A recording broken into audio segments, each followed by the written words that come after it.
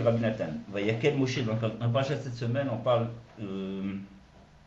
du rassemblement du Ham Israël, que Akadosh Baruch Hu a ordonné à Moshe de les réunir. Et donc c'est juste, ça suit la paracha de Kitissa, où il y a eu Mamad Arsinaï, où on a eu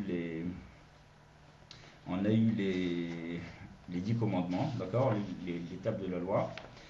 Et tout de suite après, on enchaîne sur Vayakel. Hachem demande à Moshe de réunir tout l'Am Israël. Et il leur, donc avec des recommandations que Moshe va transmettre au Ham Israël. Donc le passage qui dit Vayakel Moshe et Kol Adat Bnei Israël.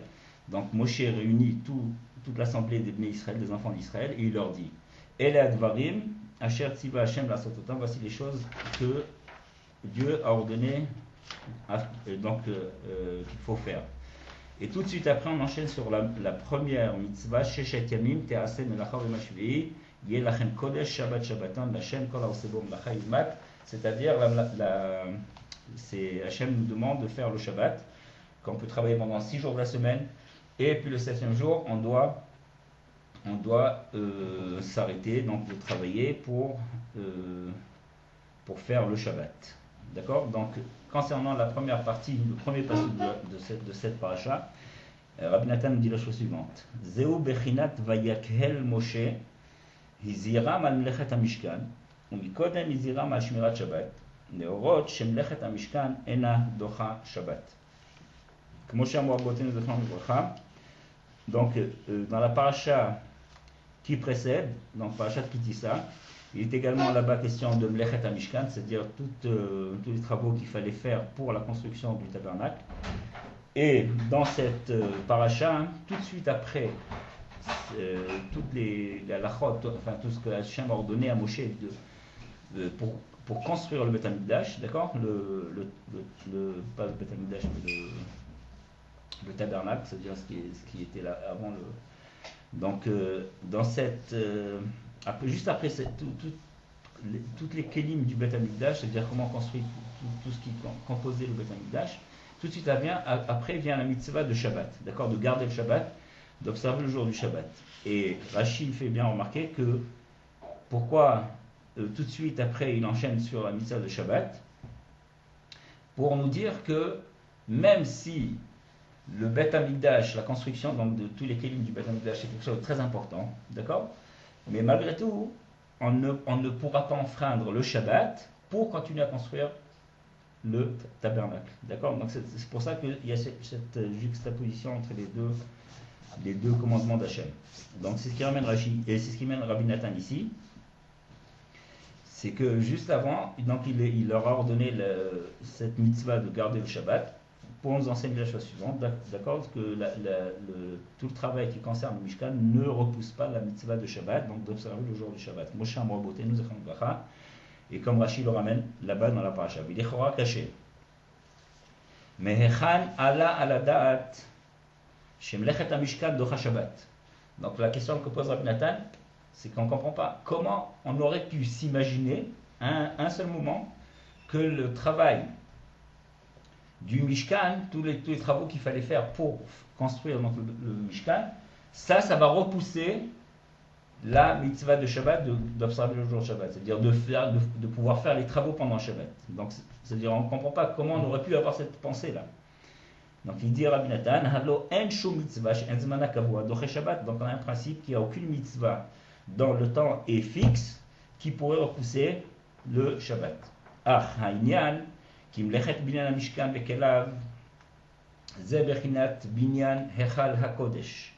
Donc il dit Rabbi Nathan qu'en vérité quand on parle de construire le Mishkan et tous les ustensiles qui le composaient, c'est le principe de la construction du Heichal HaKodesh, ça veut dire, comment on pourrait traduire en français, le temple sacré. C'est quoi ce temple sacré? Il fait référence à une Torah dans l'Ikouté Moharan Nun Tet, où Rabbi Nachman dit que la mitzvah de rapprocher des âmes juives qui sont éloignées d'Hachem Yitbarach, de rapprocher d'Hachem, ça construit un temple saint en haut, dans le ciel, qu'on ne voit pas physiquement.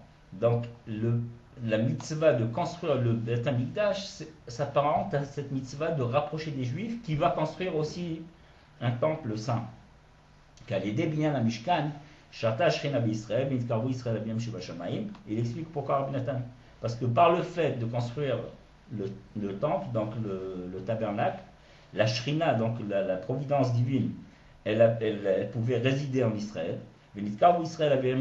C'est ainsi, c'est grâce grâce au temple que le Ham Israël, les Juifs, ont pu se rapprocher de leur Père qui est au ciel. Et ils ont pu faire Teshuvah. Et c'est donc le principe de la construction de ce Echal HaKodesh dont parle Rabbeinu, ça veut dire ce temple sacré qui est construit du fait que les Juifs se rapprochent quand ils sont éloignés d'Hachem Dvorach, ils se rapprochent d'Hachem Dvorach grâce au... Donc quand on les rapproche d'Hachem Dvorach, c'est ce qui construit ce temple-là. Donc on voit qu'il y a un parallèle entre les deux. De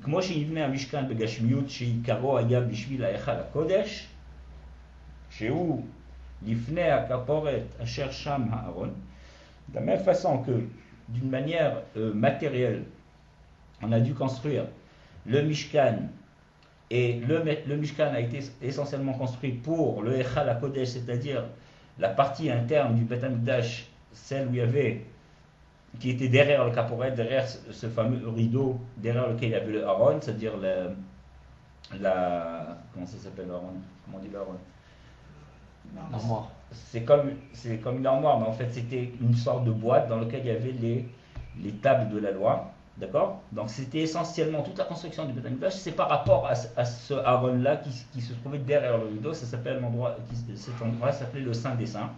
Kmochen Livna, donc on voit que le Echal HaKodesh dans le Beth Amikdash physique, c'est l'endroit le plus sacré, d'accord? De la même façon que d'une manière matériel, on a construit ce Beth Amikdash par rapport à cet endroit essentiellement. C'est de la même façon, il y a un temple sacré qui est construit d'une manière spirituelle de toutes les neshamot, de toutes les âmes d'Israël qui se rapprochent d'Hachem Dvorach par l'intermédiaire de Moshe Rabbeinu qui lui les a ramenés, leur fait faire Teshuvah. Donc, ce qu'il en ressort, c'est que la construction du Mishkan c'est le même principe que la construction du Echal HaKodesh, donc de ce temple sacré.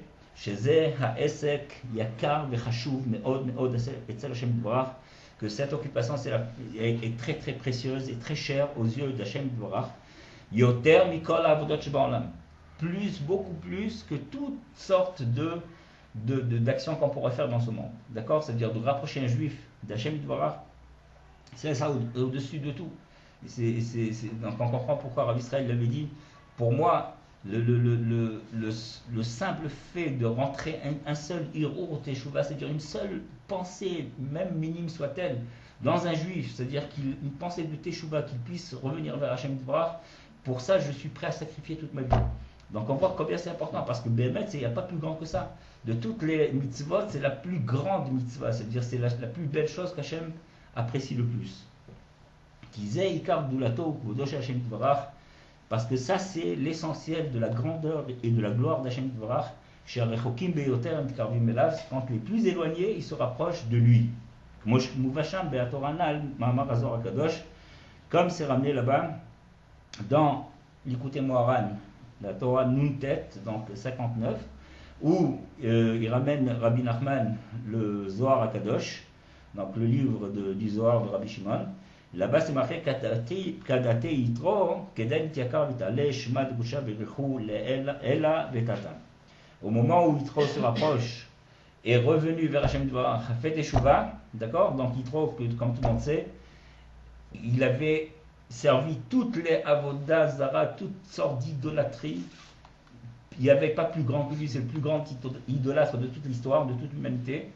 Quand lui a fini par se rapprocher d'Hachem Dvorach, après qu'il a fait toute la avodas zara du monde, alors lui, à ce moment-là, dit le Zohar, à ce moment-là précisément, Itiakar Vitale Shema Debusha Berechu, le nom d'Akadosh Baruch Hu, le nom divin, est devenu cher et précieux et a grandi en haut et en bas, c'est-à-dire dans les mondes supérieurs et dans les mondes inférieurs.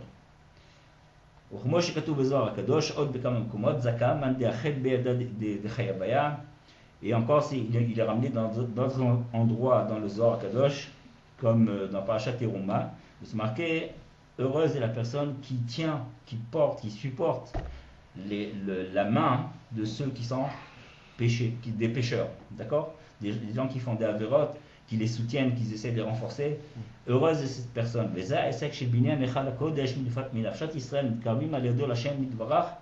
Et cette occupation-là, qui s'appelle la construction de ce temple sacré, qui est construit à partir des nefashot d'Israël, ça veut dire des âmes juives,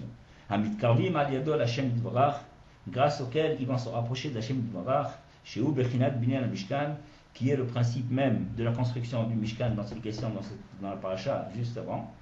Donc, Zeu Bechinat Shmirat Shabbat. Maintenant, Rabbi Nathan il va faire le lien avec la mitzvah qui va suivre, qui était déjà dans la paracha de Kitissa, et maintenant qui va suivre tout de suite. Mamash, la première mitzvah, ça va être la mitzvah de Shabbat. Il va me dire que c'est ça le lien qu'il y a avec la paracha, avec la mitzvah de Shabbat.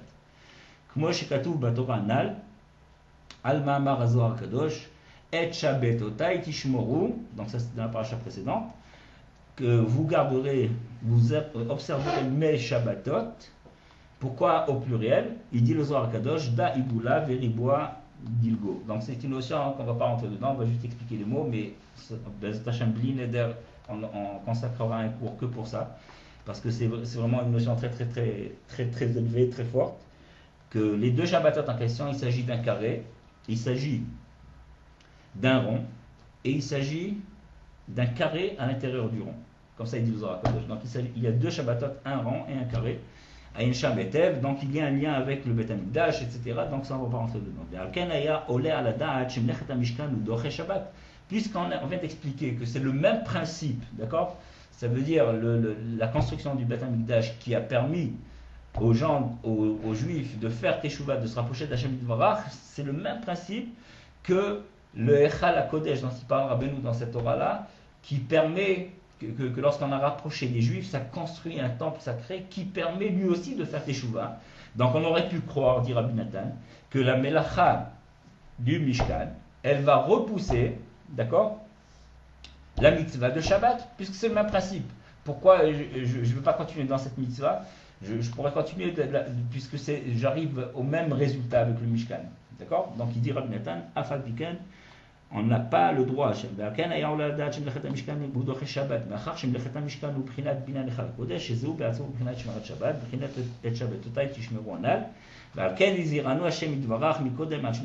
pour ça que Hashem Yitvarach nous a ordonné au préalable sur la mitzvah d'observer le Shabbat. On va retrouver le même principe dans toute la Torah. À chaque fois qu'Hashem va nous ordonner de construire le Mishkan, tout de suite, avant, Hachem va nous ordonner d'observer le Shabbat. Les Horot, Mishkan, Shabbat. Ça, c'est pour nous enseigner que la construction du Mishkan ne peut pas repousser le Shabbat. Deuxième passage dans Parashat Vayakel.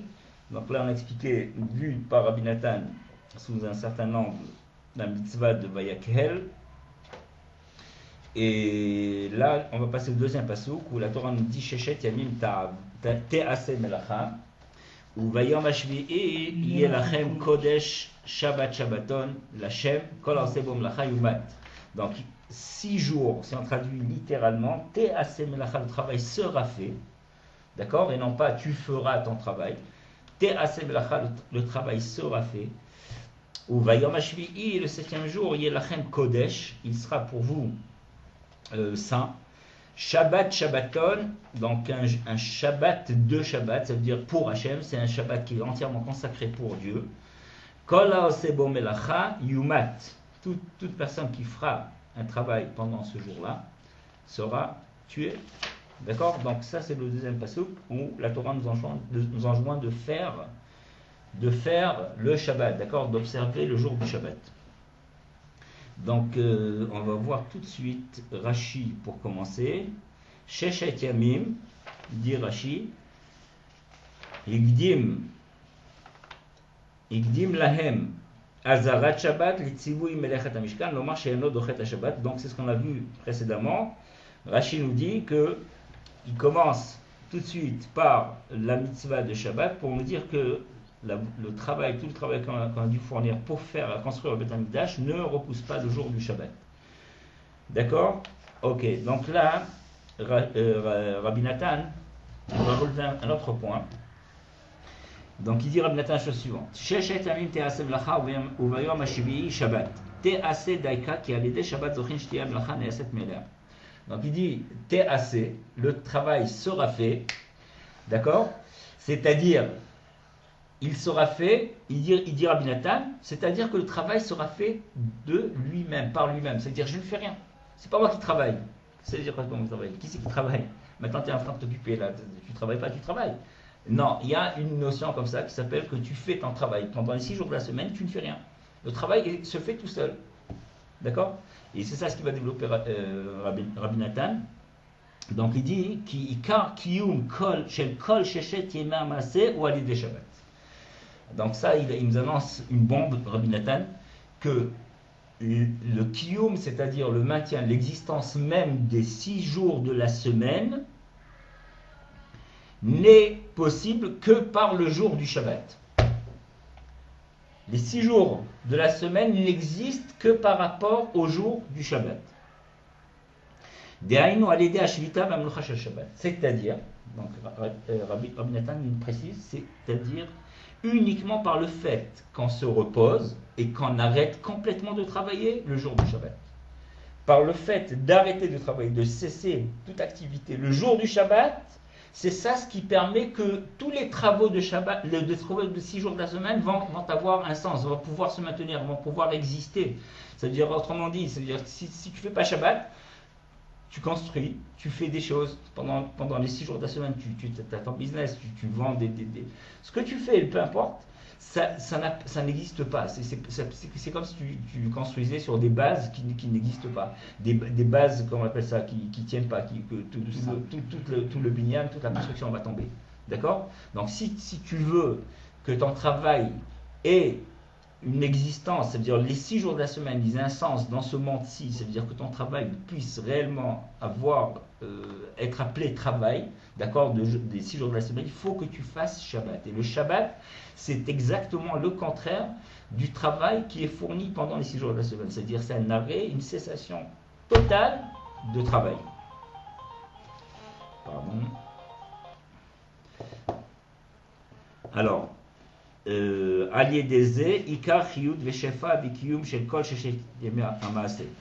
c'est ça ce qui permet donc donc il dit Rabbi Nathan, c'est ça ce qui va permettre qu'il y ait un shefa, ça veut dire un flux de bracha, il va avoir de l'énergie, il va avoir un maintien tous les 6 jours de la semaine. Comme c'est marqué, que Hachem il a fini le 7e jour sans travail, tout son travail qu'il a fait. D'accord? Donc il s'agit, donc on parle d'Hachem Dvarar que lui-même il a interrompu la création du monde pour le 7e jour arrêter complètement toute son activité. D'accord? Et les Chachamim expliqué. Mais haya ha'olam chaser menucha ba Shabbat ba menucha kalta veligmera mlacha. Donc les Chachamim m'ont expliqué que une fois qu'Hachem il a fini donc toute la création du monde, donc en 6 jours, et qu'est-ce que le monde manquait à ce moment-là? Disent les sages, il manquait le repos, la menucha. Et quand est rentré Shabbat ba menucha, tout de suite le repos est arrivé. Donc, Kalta Venigmera Mlacha, c'est ainsi que le travail de la création a pris fin. Donc, on voit que, d'après ce Mahama des Chachamim, on voit qu'il y a un lien direct entre la cessation de travail, d'activité, et le travail lui-même. Ça veut dire que pour parfaire le travail que j'ai fait pendant 6 jours, il faut que j'arrête à un moment. Ça, on le voit dans la création, que Hachem lui-même, pour ainsi dire, il a dû à un moment s'arrêter. Et cette interruption, c'est elle qui justifie toute la création, les 6 jours de la création, c'est-à-dire tout le travail qui a été fourni pendant les 6 jours.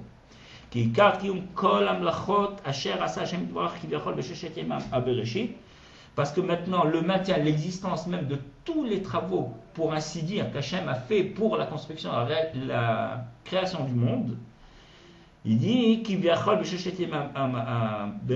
pour ainsi dire, tout ce qu'il a fait pendant les 6 jours de la création, les premiers 6 jours du monde, de l'univers, donc tout ça, c'est grâce à la cessation, à l'interruption du travail qui a été fourni pendant 6 jours. Puisque dans le pasouk, dans le verset, on voit qu'ils sont liés.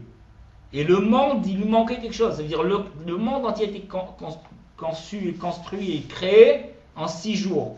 Et il a fallu à la fin, il manquait quelque chose. Qu'est-ce qui manquait? Quelle touche qui manquait pour que le tableau soit parfait? Il manquait le Shabbat. Il manquait s'arrêter de travailler. Le fait de s'arrêter, c'est aussi pour ainsi dire, c'est un travail.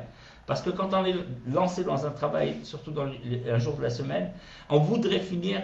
Et quand arrive le Shabbat, il faut arrêter. Donc cet effort d'arrêter le travail qu'on est en train de faire, c'est aussi un travail en soi, d'arrêter là où tu as voulu continuer, tu as voulu finir ton travail.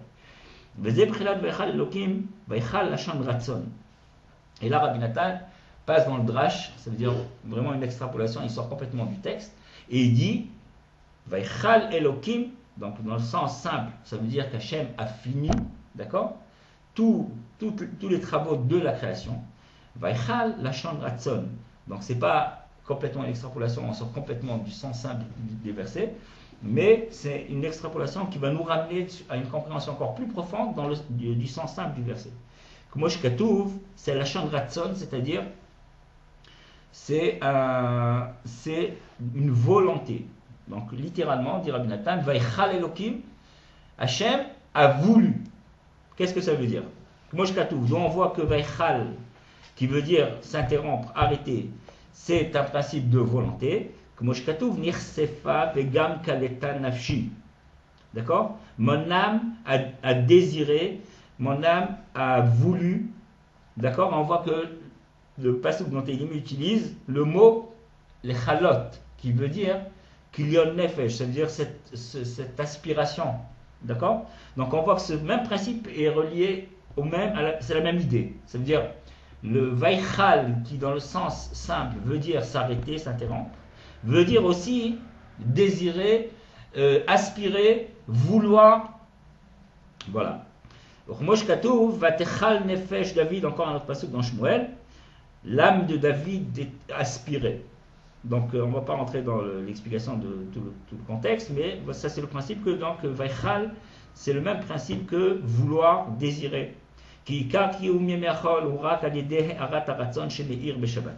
Parce que maintenant les 6 jours de la semaine ne peuvent avoir de kiyum, c'est-à-dire d'existence réelle, que par la lumière qui va briller le jour du Shabbat, qui va briller dans le désir, la volonté. Quelle volonté? On va expliquer un peu plus loin.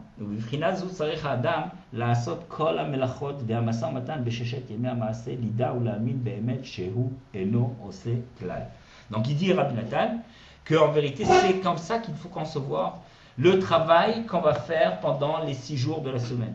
C'est-à-dire, il faut travailler et bien être conscient que quoi? Que tout ce qu'on fait, tout le travail, tout commerce qu'on va faire pendant les 6 jours de la semaine, il faut savoir, il faut être conscient, ou la mine est de croire, be'emet réellement, shehu eno oseklal, que la personne ne fait strictement rien. Ça veut dire, je suis en train de construire, je suis en train de faire un programme sur mon ordinateur, je suis en train de concevoir un nouveau programme qui va servir pour des avions qui vont s'envoler dans le ciel, d'accord, et qui vont avoir certaines performances. Et je suis en train de me prendre la tête pendant des semaines et des mois. Tout ça pendant ces 6 jours de chaque semaine, pendant les 6 jours où j'ai travaillé du matin jusqu'au soir. Et je me suis vraiment pris la tête pour essayer de mettre au point quelque chose de parfait, quelque chose qui marche, quelque chose qui va réellement être performant. Tout ça, tous ces efforts n'ont de sens que si je suis ma'amin, j'ai une émouna shlema, j'ai une confiance totale que moi je ne fais strictement rien. Alors comment on peut concevoir une chose pareille? Quelqu'un qui s'efforce, qui fait des efforts, qui se dépasse, qui se surmène. Comment dire que je ne fais rien du tout? C'est qui m'est inconcevable, c'est presque inconcevable. Ça veut dire comment on peut en même temps faire et ne rien faire. Donc c'est ce qu'il dit Rabbi Nathan, que Shabbat, alors on va le dire dans les mots de Rabbi Nathan lui-même, il dit que moi chez Izir Otanu Hashem Dvorach Alze, moi je katouf pen tochal vesavata. Donc il y a un passage dans Dvarim qui dit Hashem il nous met en garde. Pen tochal vesavata. Fais attention, de peur, de crainte que tu vas manger et tu vas te rassasier, etc. etc. Et par la suite tu vas dire dans ton cœur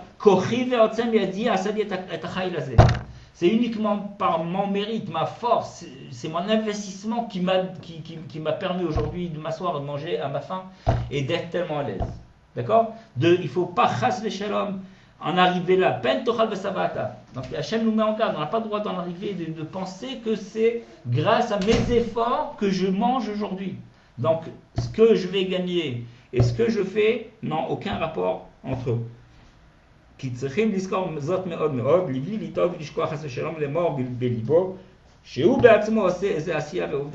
Parce qu'il faut chasser shalom, surtout pas, se tromper, s'imaginer, il faut se rappeler en permanence que on n'a pas le droit de se tromper et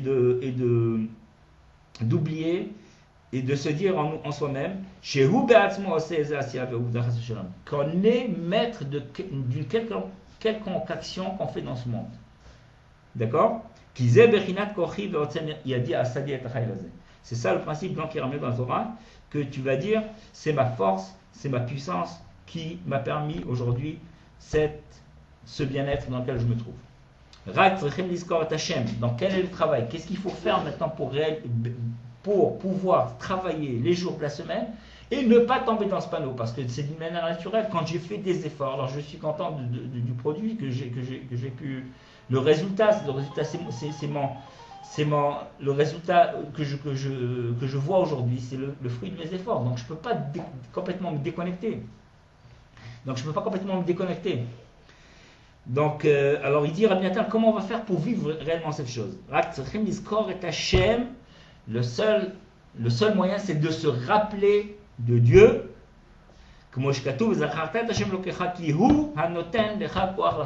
faut te rappeler d'Hachem Dvorach. Et ça, c'est un très grand saut. Ça veut dire on ne comprend pas.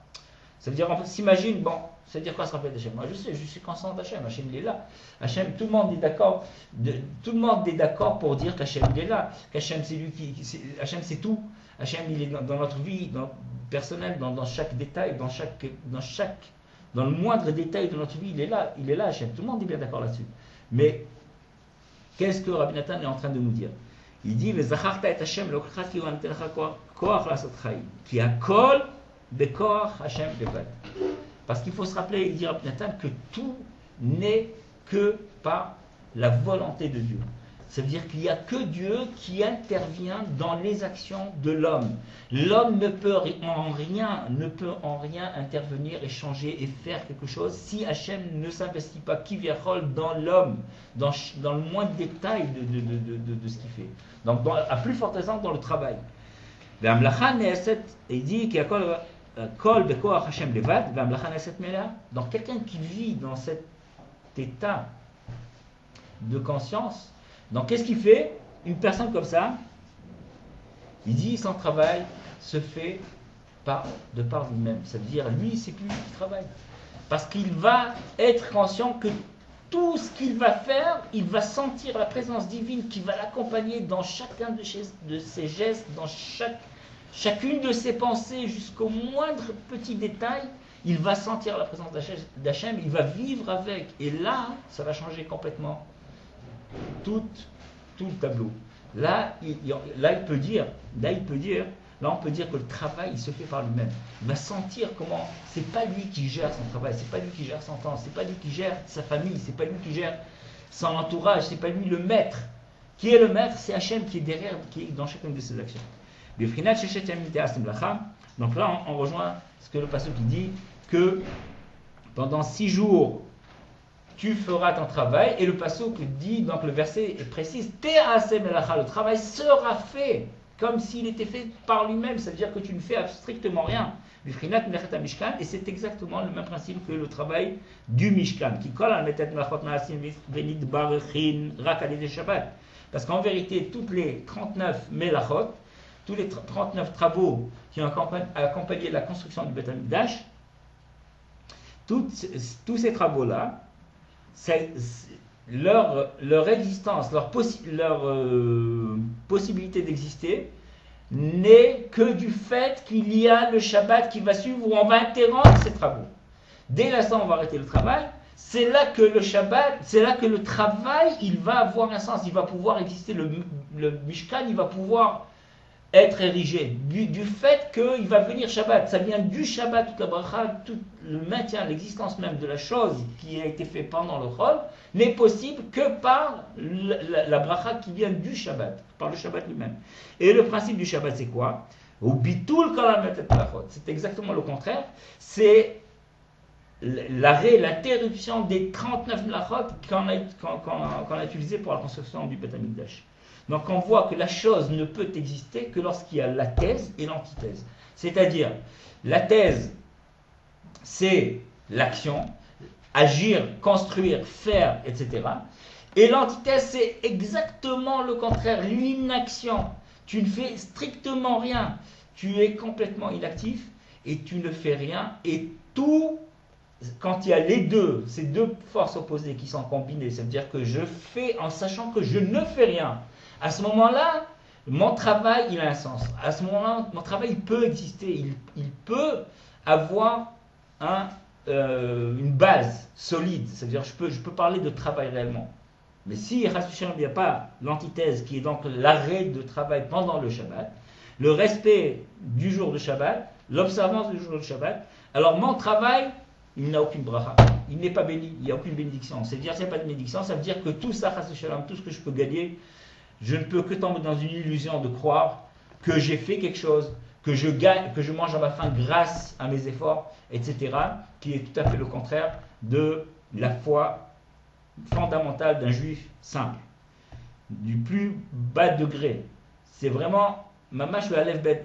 Le Aleph-Bet d'un juif, c'est de croire simplement que c'est Hachem qui intervient dans chacune de ses actions. Vezeh bechinat. Et là, Rabbi Nathan, il va conclure sur un mot très très important, que maintenant toute la parnassa, toute la bracha, c'est-à-dire tout ce qu'on va gagner dans sa vie, d'accord, notre gagne-pain dépend de Eharat Eratson. Eharat Eratson, ça veut dire que je sois pleinement conscient, je sois illuminé dans mon désir de croire et de voir dans chacune de mes actions, voir la main d'Hachem. Ça, on le reçoit du Shabbat. C'est ce jour-là où ça brille le plus. Donc, quelqu'un qui est zoché d'être attaché au Shabbat, ça veut dire, pendant le Shabbat, il vit son Shabbat, qui est une interruption, ce qui est exactement le contraire de ce qu'il a fait pendant la semaine. Pendant la semaine, il a travaillé, il a agi, il a fait. Et Shabbat, il s'arrête. Là, le Shabbat, quand il s'arrête, il démontre qu'en fait, c'est Hachem Tvarach qui, lui, continue à travailler. C'est Hachem qui travaille, c'est pas moi. Parce que si c'était moi, je devrais continuer à travailler Shabbat. Et non, je ne peux pas travailler Shabbat. Hachem me demande d'arrêter Shabbat. Et quand je rentre dans Shabbat, je reçois une Eharat Aratson. Ça veut dire que maintenant, mon désir, mon aspiration vers Hachem Dvorach, ma conscience du divin d'Hachem va se renforcer. Et là, je vais réaliser qu'en vérité, tout ce que je fais pendant la semaine n'est que le produit d'Hachem Dvorach lui-même. Je vais juste finir par la lecture du texte. Et donc, on va arrêter le cours là. וזה בחינת לא בגבורת הספץ, לא בשוקע איש ארצה, רוצה השם את יראיו, כי בתחילה מדבר המזמור מבחינת המשכת השפע והפרנסה, כמו שכתוב שם מקודם, המכין לארץ מטר, נותן לי ומלחמה, ואחר כך מפרש הפסוק, שכל זה אינו תלוי חס ושלום בפעולת האדם, רק הכל ברצון השם יתברך לבד. וזהו לא בגבורת הסוס יחפץ, לא בשוקי שירצה רוצה השם את יראיו. Donc il ramène un passage dans Tehillim où David Amelech il dit que ce qu'Hachem désire, ce ne sont pas les muscles d'un homme, c'est pas la force de son cheval, mais Hachem et Yereav, Hachem ce qu'il ne veut, qu'il ne demande, c'est uniquement ceux qui le craignent. C'est ça ce qu'il cherche Hachem, qui est Kar Sheva Parnassa, et tout de suite après, le passage qui passe sur la Parnassa que l'on mérite du fait qu'on croit que c'est Hachem qui est lui le seul détenteur de la Parnassa. C'est lui qui donne la force physique et même morale et spirituelle pour chacun pendant les jours de la semaine de faire ce qu'il fait. Sans laquelle je ne peux strictement rien faire dans ma vie. Donc tout ce mise-mort dans le Tehillim, David Amelech Mamash, il appuie cette idée que Rabbi Nathan développe ici, qui cache pas Parnassa est là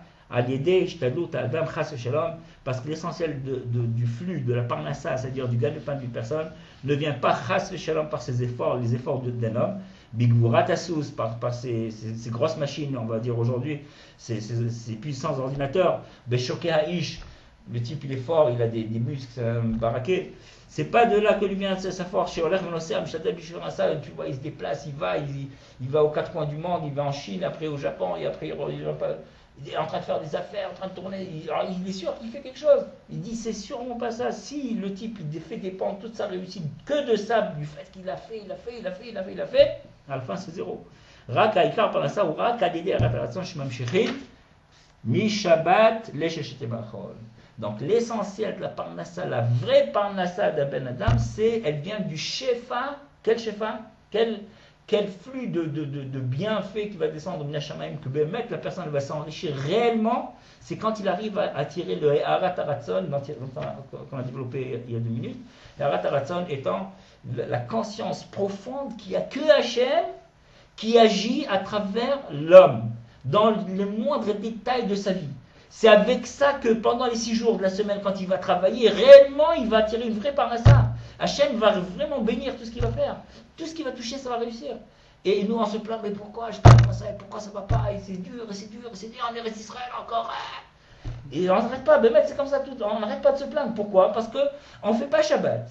On est dans le Shabbat, on s'éclate, on mange, mais on ne fait pas Shabbat. Shabbat, Yahirat Haratzon, c'est un moment particulier où ça brille, c'est-à-dire une lumière d'Hachem, une conscience tellement forte qui peut nous accompagner dans la vie de tous les jours, et en particulier les 6 jours de la semaine. Et quand on a vécu Shabbat avec ce truc-là, avec cette conscience-là, mettre pendant la semaine, tout notre travail, il est béni, les Zéurotse Hachem et Terav. C'est ça ce qu'il termine là-bas, David Amelech.